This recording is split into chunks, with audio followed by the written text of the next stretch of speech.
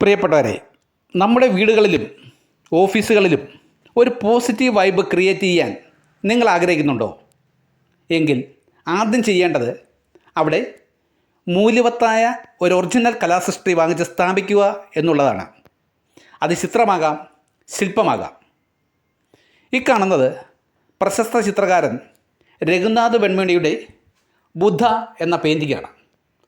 Acrylic മീഡിയത്തിൽ തീർത്തിട്ടുള്ള ഈ ചിത്രത്തിൻ്റെ വലിപ്പം 60 സെൻറ്റിമീറ്റർ ഇൻറ്റു 75 സെൻറ്റിമീറ്റർ എന്നതാണ്.